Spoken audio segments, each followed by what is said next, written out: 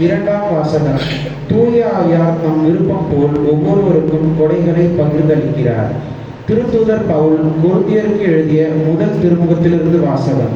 அதிகாரம் 12, இறைவார்த்தைகள் 4-11 முடிய. சகோதர சகோதரிகளே, அருள் கொடைகள் பல வகை உண்டு, ஆனால் தூய ஆவியார் ஒருவரே. திருத்தொண்டுகளும் பல வகை உண்டு, ஆனால் ஆண்டவர் ஒருவரே. செயல்பாடுகள் பல வகை உண்டு, ஆனால் கடவுள் ஒருவரே. அவரே எல்லோரிடமும் எல்லாவற்றையும் செயல்படுத்துபவர்.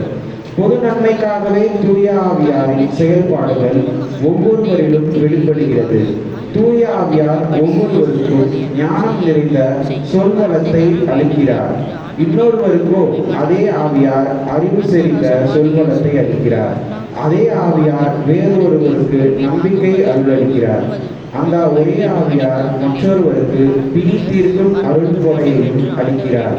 தூய ஆவியார் ஒருவருக்கு வல்ல செயல் செய்யும் ஆற்றலையும், இன்னொருவருக்கு இறைவாக்கு உரைக்கும் ஆற்றலையும், வேறொருவருக்கு ஆவிக்குரியவற்றை பகுத்தறியும் ஆற்றலையும், மற்றொருவருக்கு பல்வகை பரவச பேச்சு பேசும் ஆற்றலையும், பிறத்தொருவருக்கு அப்பேச்சை விளக்கும் ஆற்றலையும் அருளளிக்கிறார்.